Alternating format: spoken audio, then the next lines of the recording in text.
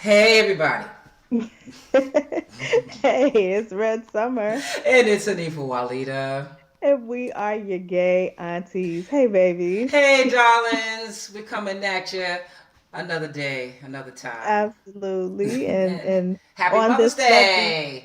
Oh, thank you. Thank you. I was going to say Yeah. on this lovely Mother's Day, we are here with you all. For those of you all who are just joining us, I want to let you know that Your Gay Aunties is a weekly podcast that is centered around queer adulting. So if you want Auntie Hanifa and I to answer any questions that you have about life, love, or any other life experiences, go ahead and send us a letter at yourgayaunties@gmail.com, or you can DM us on Instagram or Twitter at your gay aunties. Woo woo. And it's time for a review from one of our incredible listeners. We got another iTunes review. And this Ooh. review, I know, right? This review is coming from California Daydreamer. Nice. And they said, I stumbled across this wonderful podcast after listening to Queer Walk. Again, our sisters in the cut, Queer Walk has our back. Now, let me say, she continues, I am new to the podcast world, but this was needed. Thank you, y'all. I didn't have any gay aunties growing up, no queer family members around that I could get advice from, and it's important, I tell you. So thank you. And thank you, California Day Dreamer, for taking the time and letting everyone know how much you enjoy your gay aunties. All right, here I Mm-hmm. am. Mm-hmm. Did I miss the review? See, Auntie Red ain't paying attention, y'all. She ain't even paying attention, No, y'all. my internet, my connection got crazy. Oh, okay. Well, what I was looking at was for the Auntie Red tweet tea that we Mm-hmm. do on Wednesday nights. We got a message from Phil the Future, and Phil asks if people claim that a generation is coming up wrong, doesn't that fall back on the previous generation? Right? Mm. Right. And my reply was that first of all, you all are doing just fine. Like you all are making it the best you can, okay? um, every generation seeks to rebel against the ideals of the previous one. So it's the way that you define yourself as different. And three, feel the future is pretty fly, and I had to let him know.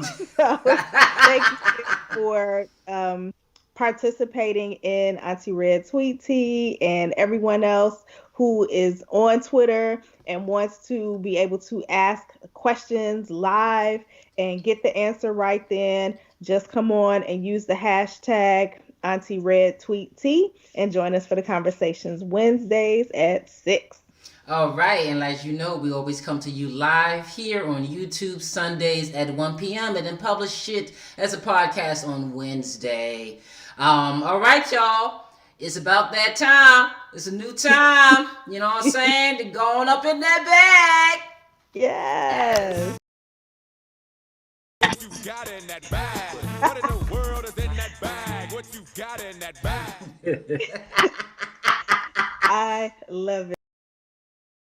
Share a wonderful woman who is just near and dear to my heart. Her name is Ruth Ellis. Ruth Ellis. Woo! Yes, she was born in Springfield, Illinois in 1899. Right? Okay, so let's get that real now. 1899. Let's assess. Yes. Mm-hmm. And so she came out to her family as lesbian at the age of 16. So that would be what 1915. She came out to her family, and she lived an out life at that time. She met her partner of 34 years at the age of 35, and her partner was affectionately called Babe, by everybody in the community. So Ruth and Babe threw house parties in their home in Detroit, and they made safe places for Black gays and lesbians from all around the area. She even founded sort of a boys and girls club for young Black people who were not allowed to join the local athletic clubs in Detroit. So not only was her work for the queer community, but it was she was definitely an activist for Black people and making sure that everybody had a safe space to be. So shout Mm. out to Alice for being a pioneer of creating safe spaces for queers in her lifetime. And before her death in 2000, I think she passed in October, she was named the world's oldest living lesbian at the ripe old age of 101. And I absolutely, absolutely adore Mama Ruth.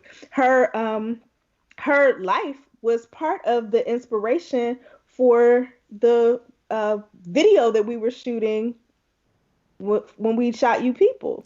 Oh well, yeah, yes, it was. It was because Yvonne Welbin, who had did a documentary on Ruth Ellis, she had all of this footage that she kind of mocked up with her friends, actually folks from Chicago, like they was Hmm. living in the 50s, 40s, 60s. I couldn't really Yeah. tell, So she had all this kind of B-roll fake footage that she never used, and I actually wound up using that footage to make a different point, but a similar point in You People.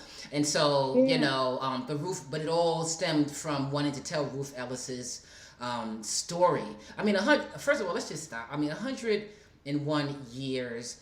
And yes, she's the oldest lesbian, but let's really just qualify that she is the oldest Black living lesbian. So not Hmm. only was she a lesbian living in all of the motherfucking 1900s. Yeah. All of them. You know what I mean? She was a Black woman. She was a Black lesbian. She was a Black person living in that time. And man, I would love to get sat at her feet Yes. to get the first hand Absolutely. experience. And my mom Cece played Babe in the documentary that Yvonne did. Oh yes, no, yes, yes, yes, yes. Yeah, so I definitely heard a lot of stories about Miss Ruth, and I'm just so excited to be able to share her story with everyone who's Yeah, listening. and even just imagine, like, just to imagine how they got down. Like, I think we have an idea that things were so hard in a particular way, and I'm sure it was, but Hmm. they were getting it in. Absolutely. And Absolutely. she had businesses, so Mm-hmm. she was able to do what she wanted to do, Mm-hmm. and create space in her community because she was independently funded. Exactly. She was not beholden to no one. Yes, absolutely. Yes, yes. Oh, I just realized I'm so dark back here. I don't have my spotlight on. Oh, Okay. okay. You're still cute. I see you. But yes, Oh I wanted to Lord. share in my auntie bag of gems today with everyone, Ruth Ellis. So shout out. Woohoo. Yoo-hoo! All right. So in my auntie bag today, I had this whole thing planned out. I wanted to bring you guys back at the time when Auntie Hanifa was young and little, but shit happened, so that's gonna happen another week. But but I'm excited because we have a brave poet that Ooh. submitted something to speak your truth. I love it. So I want her to be a part, be my gem in the bag today. So I'm just going to Okay. say this person's name is Shavon. Okay, I hope I'm pronouncing it right. And this is her truth. Hello, Aunties. My name is Siobhan. I can be found on Instagram at haiku.is.bay. The name of this poem is called Brown Skin. Brown skin, a gratuitous yes. The sweet explanation for deep heat which simmers godly. Below its surfaces, lovingly, it meets and breathes and heals the beautiful mystery of my heaven. My brown skin, serenely dominating like the charm of tulips. an intentional revealing by way of the sun, my brown skin, a shining for the dull, for the mundane of what we've said and coined life.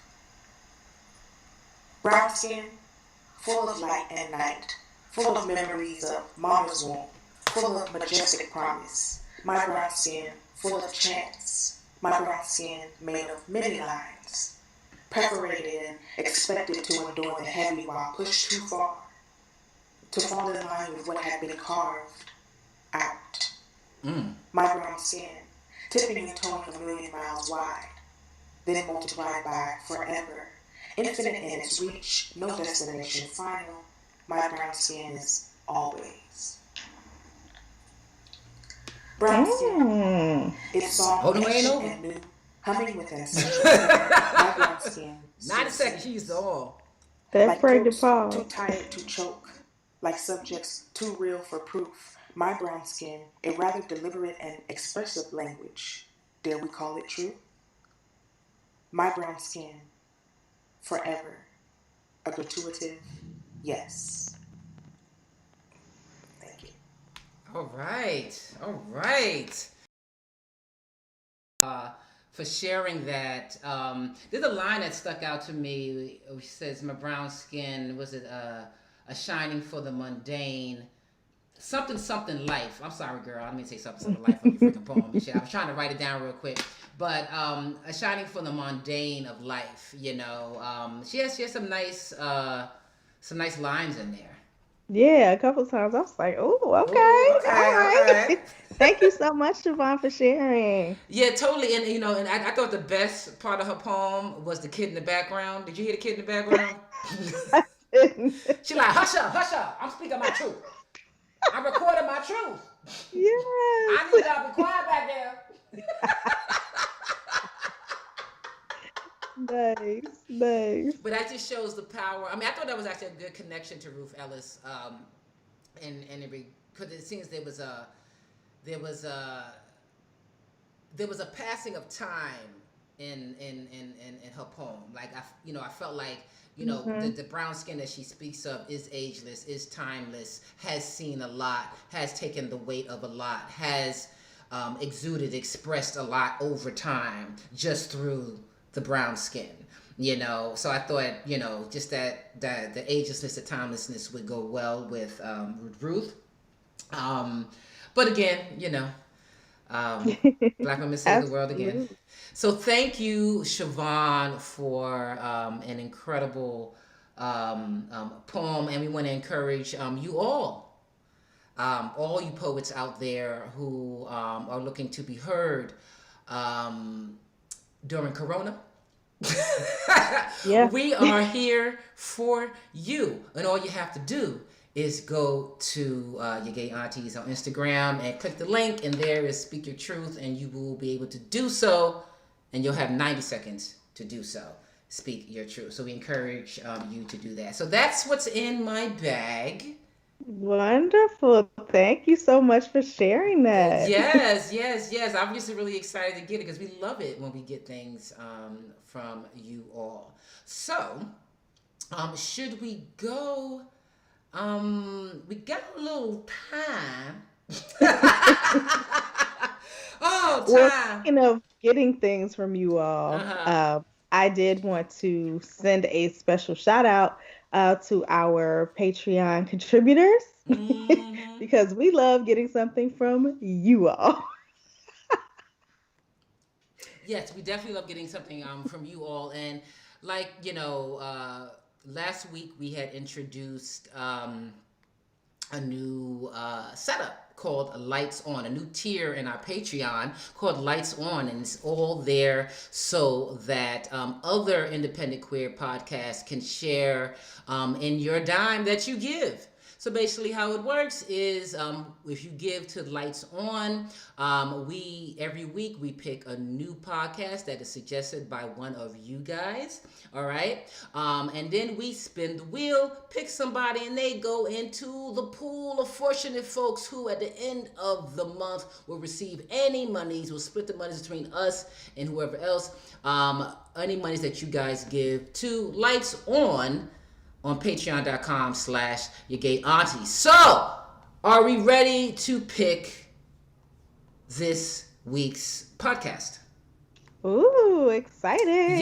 yes. Now I know, right?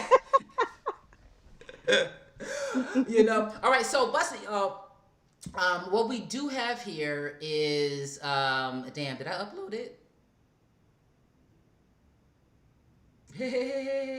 All right, so we have a new podcast, right? That Mhm. was suggested. Okay. Oh, Yes, that was suggested to go on the wheel this week. And that podcast name is Boy Meets Wellness. Boy spelled BOI. And here's a little peek oh, into nice. Boy Meets Wellness. New to the wheel. Boy Meets Wellness.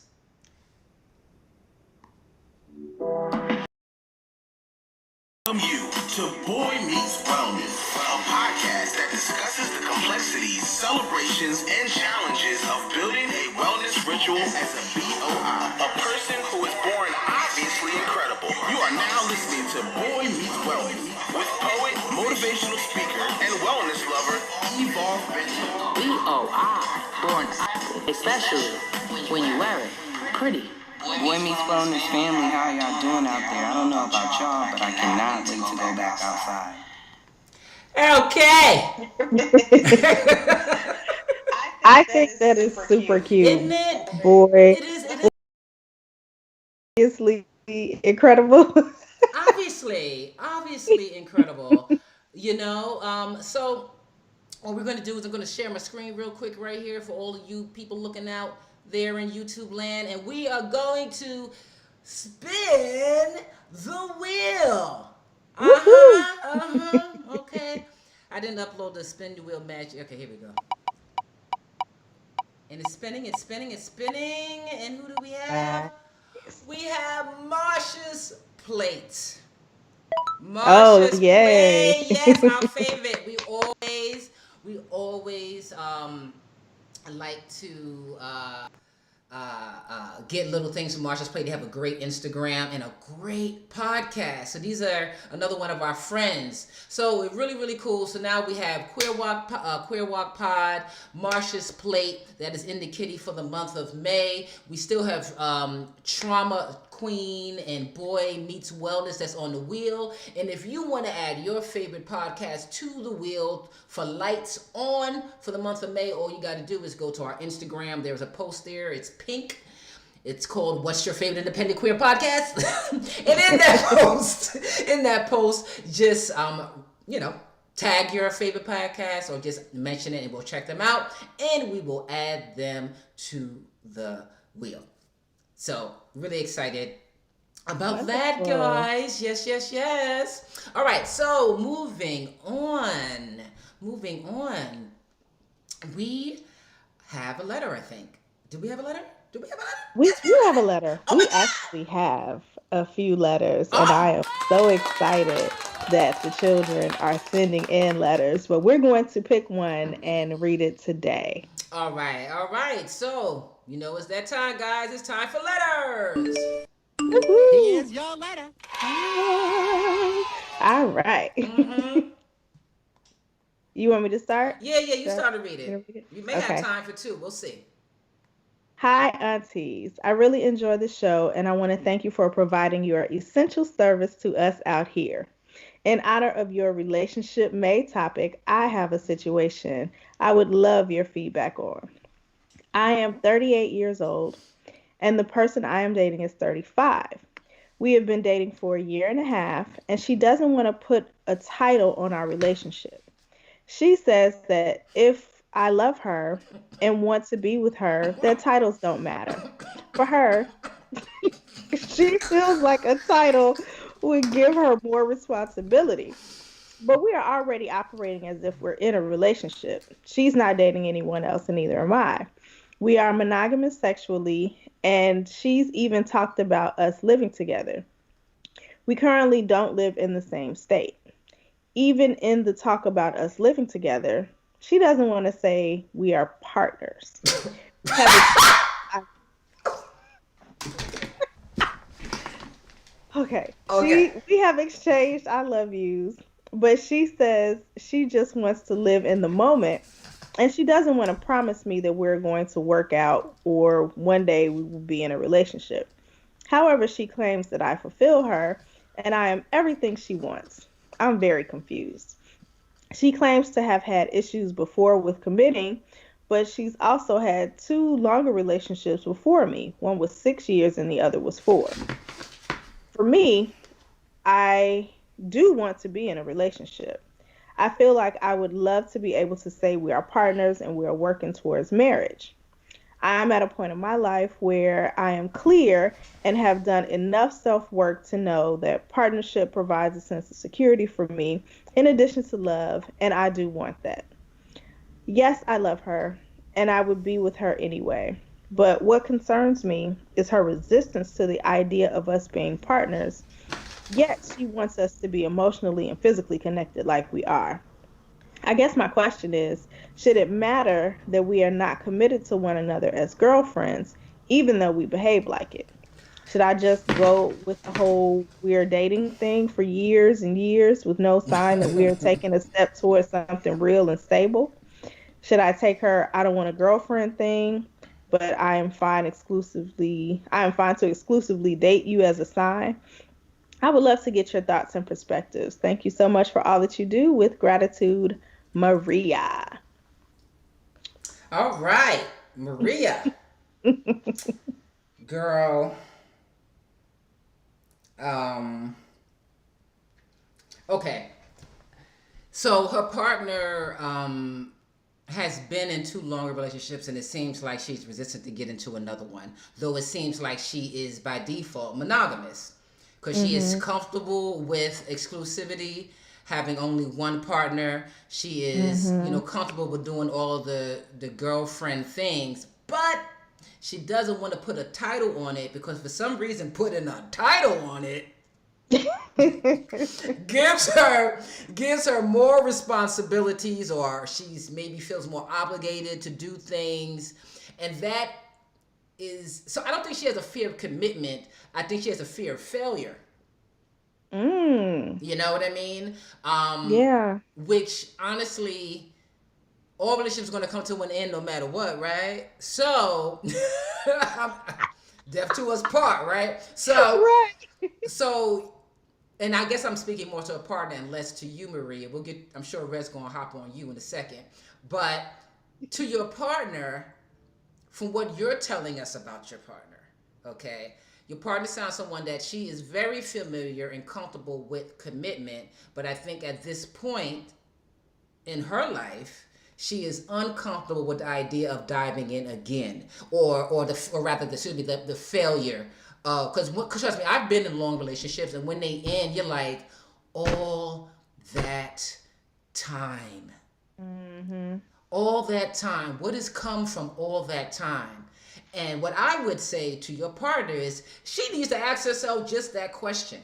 She needs to reflect on her older relationships, have a peace with it, and they are those relationships. Doesn't mean that's this relationship. And unless she reflects, not to say she hasn't, but maybe she needs to do some more reflection, because then she can either one, forgive herself for whatever the fuck she did in the relationship to fuck it up, and maybe she can do Mm. something different next time around, or she needs to forgive the person and not see that person maybe in you or anyone else. Whatever is the thing that is holding up her shoulders, like, I don't want to do this again. That fear of failure, the fear of loss, so maybe be a little understanding with that. I get it. But she still has to address it if she is truly going to move forward with you. Yeah. Right. With you. That's what I have to say for now.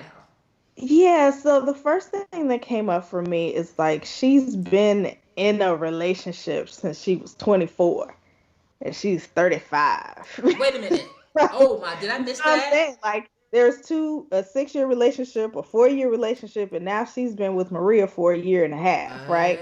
So it's Good observation. maybe Observation. what she's saying is what she feels like this experience is not something that I want to have in my life right now, right? If she's been in relationships like this whole time, and then even like as you're saying, that's a fine line, right? If you all are both together, you're connected, you're monogamous. Being in a relationship is an agreement to keep doing what you're doing. I don't really know like what changes when you say that, okay, we're going from dating to girlfriends. But that is something that for her, she's resistant to doing, possibly for the reasons that Hanifa just said. Like, we don't really know like her experience in this. But what we do know is that she's been clear with you. Come on, Auntie Red. Come on. And she's saying that, I like things the way that they are. Like, I'm comfortable here. I'm happy with you. I love you. I'm willing to be here dating you exclusively. And you're saying, yeah, but none of that matters unless we're girlfriends. And in a By way, title alone, though. By title, yeah, though. Because they yeah, are girlfriends. But she doesn't. exactly. But in a way, maybe that can like invalidate her boundary. It might, just whatever security she feels in holding on to saying that we're not in a relationship. Um, you need to decide if that's something that you can live with and deal with and go on, and you all can, keep rolling like you've been rolling, or if that's something that you're like, no, I need to be with somebody who wants to be specifically my girlfriend. And if you're okay with leaving to go to try to find that, more power to you, sis.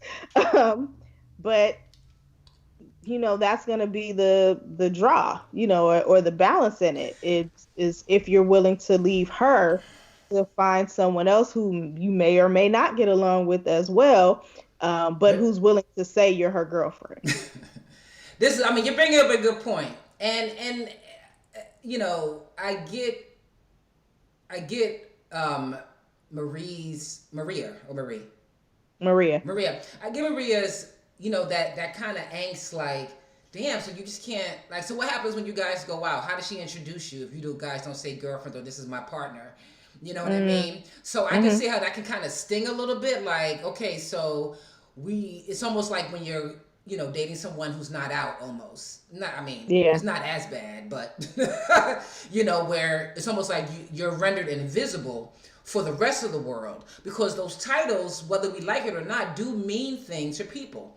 They say, okay, they're a couple, or they're exclusive, or they have they have boundaries. You know what I mean? So I want to affirm you, Maria, that I understand the importance of wanting your partner to address you as the same, a partner.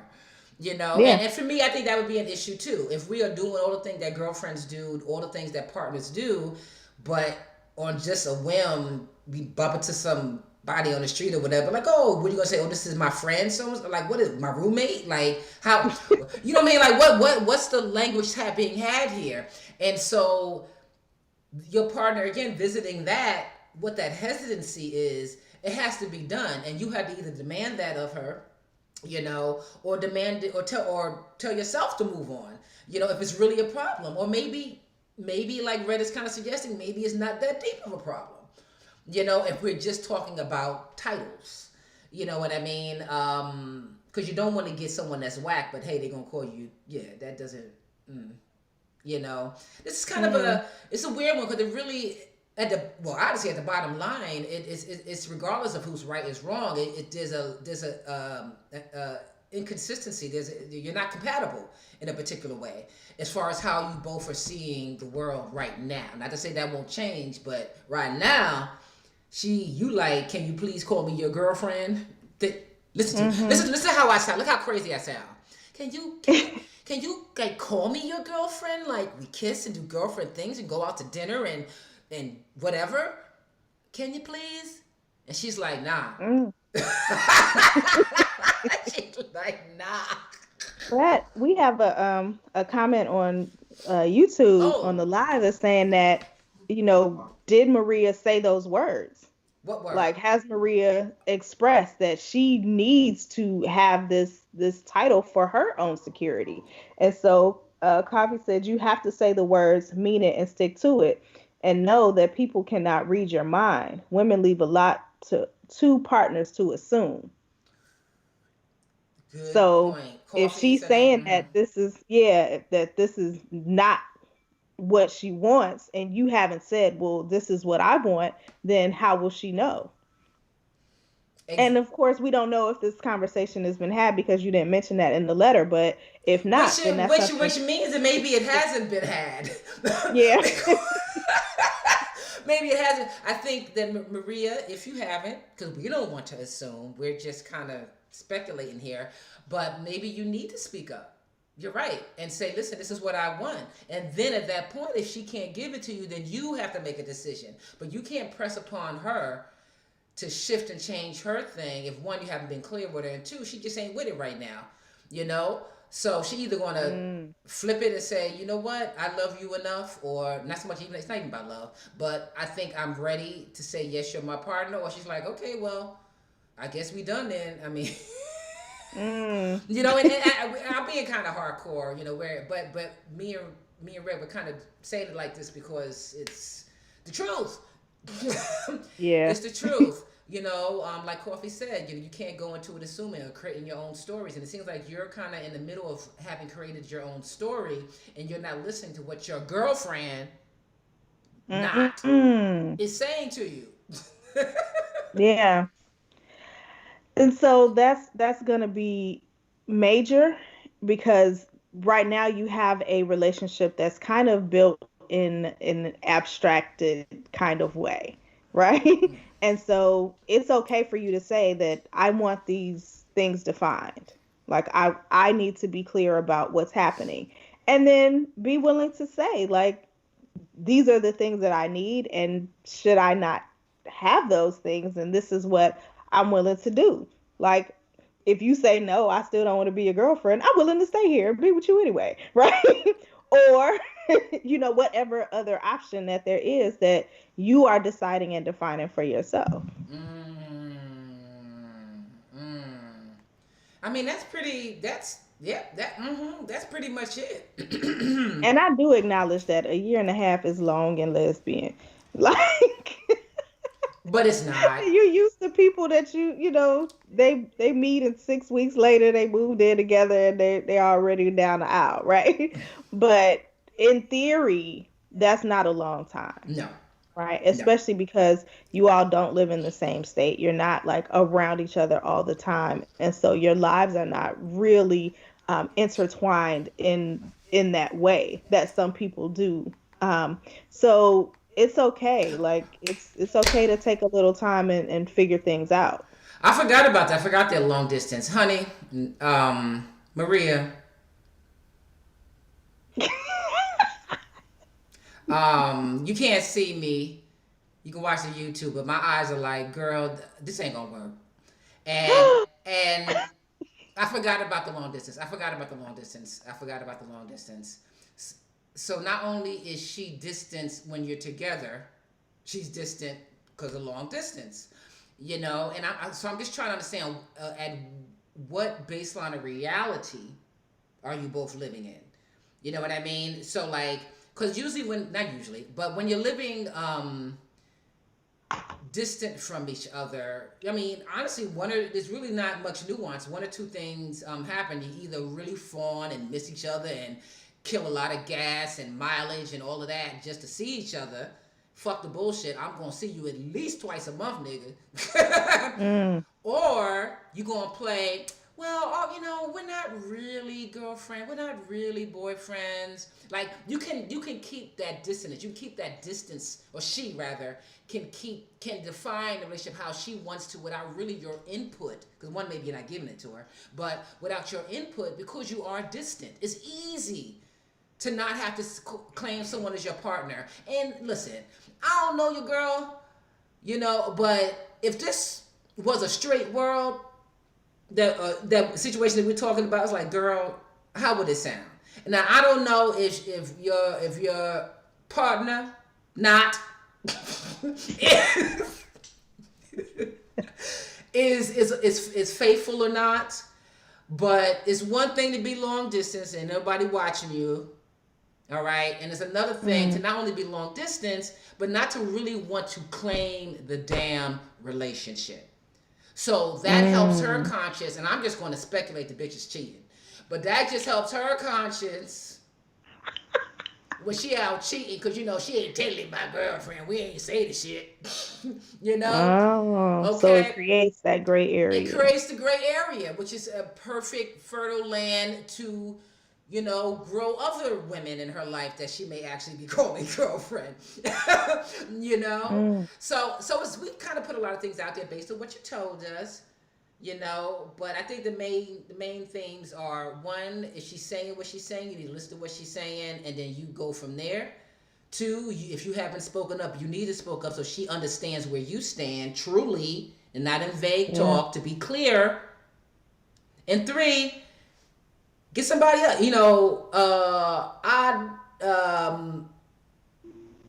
I a year and a half, huh? Listen. I cannot say anything. I know I'm that a saying, year and a like, half is a lot of time, like no, in it's certain not. situations. No, it's not, and you know it. It's not a lot of time. It's not. It's not so much time where you have to sit and ponder. Long distance relationship. She doesn't want to call me a girlfriend. It's a lot of time because for a long distance fucking relationship. That's for damn sure. And not to be called, or not for you two to come to an agreement of who you are as a couple, or if you are a couple. That, for me, I find that problematic. So that's the third thing. I think you keep it moving, honestly, because I don't really see this lasting much longer. I'm sorry. I'm not just here to to quail and saying y'all gonna make it, everything gonna be all right, because I don't think it is. Sorry, sorry.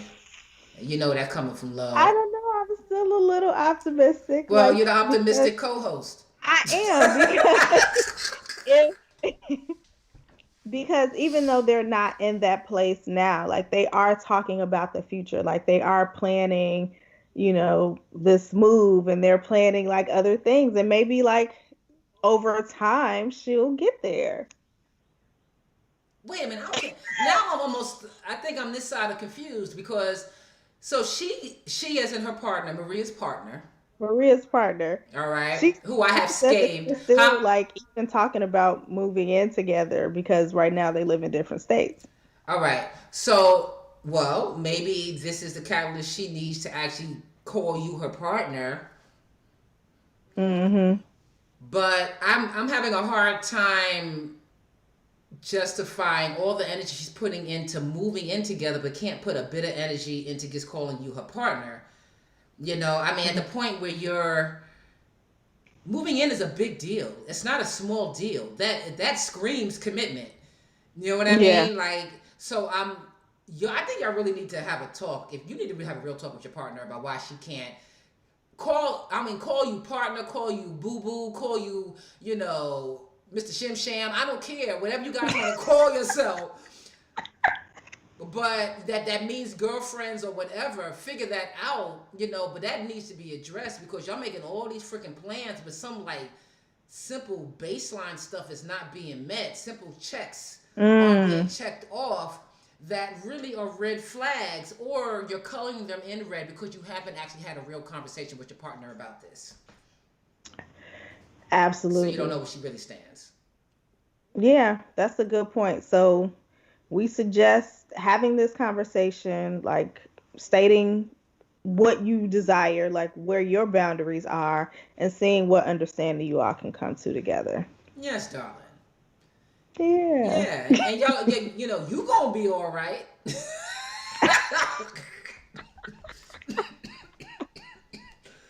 Absolutely.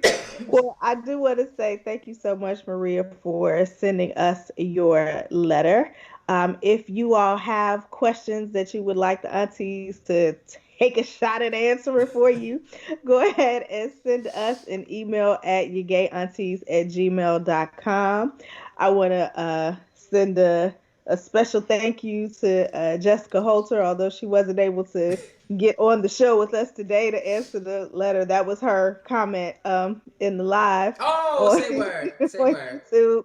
So she's watching, and hopefully, we can have her and her partner on the show soon. Yes, yes, definitely. And this is couples month, so we definitely, we are really feeling everyone who was a couple under Corona, and how you're dealing with it. So we definitely want your Corona letters in regards to just dealing as a couple. And who was our guest that's coming up for Sunday brunch at the end of the month?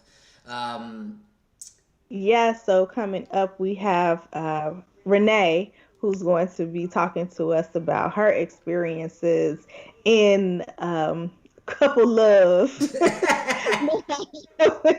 Yeah, so this is an exciting show I'm looking forward to. Yeah, totally, totally. So, with that being said, oh look, this is another going under again. We still running this timing, y'all. You know what I'm saying? But you know what? We're gonna wrap it the fuck up because we're happy we got letters.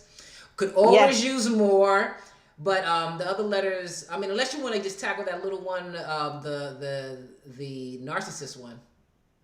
Cause that's just funny. No, I did have someone who was gonna come on and break that down for us. Okay, okay. So a Well, therapist, I believe is her title, who's gonna help us work with that one. okay, all right, gotcha. We're Yes, gonna we're yes. gonna we're gonna save that one. But the other letters are kind of long, so I'd rather save those for next week. Do you agree? So, a couple of things I do want to say. I want to thank Amanda for supporting us on Patreon, and thank Woo! yes, yes.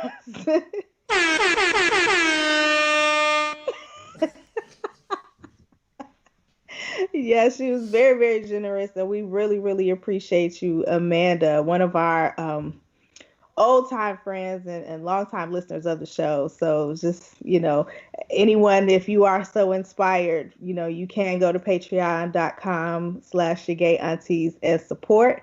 I want to thank those of you all who are joining us on the Auntie Tweet Tea, as well as those of you all who are going to our IG page. You are clicking the link for the in the bio, and you are sending us your comments in the tweet. No, it's not tweet. In the speak your truth in the tweet tea. But you're sending us your comments and speak your truth. We really appreciate that as well. As long as, or along with everyone who is sending comments and leaving reviews on the podcast. Woohoo! All of that is much appreciated. And again, if you want to join in on any of those, you can go to our IG page, which is Your Gay Aunties, or our Twitter page, which is also Your Gay Aunties. And Patreon, we're just your gay aunties. We're your gay aunties everywhere. And I just want to say, I'm so living vicariously through you in your Twitter experience and Auntie Red's tweet tea. You It's know, so fun. I know. I'm so glad you're having fun. Because when our intern Latoya was like, "Y'all need to get on Twitter," we was like, "Okay." Ooh, we hope. And two is because like I don't know how to engage it. And so we are just so thankful for our interns who keep aunties in the loop of what's going on, especially in teaching me how to tweet. Yes, and we do appreciate you guys just hopping all over social media wherever we are and just supporting us and just being a part of our community, basically. Yeah. And with that being said, we put another one in the can, y'all. We're making it, taking it episode by episode. Nah, man. Absolutely. I am Hanifa Walida, y'all. And I am Red Summer. And we are your gay aunties. Mwah. Bye, Love. baby.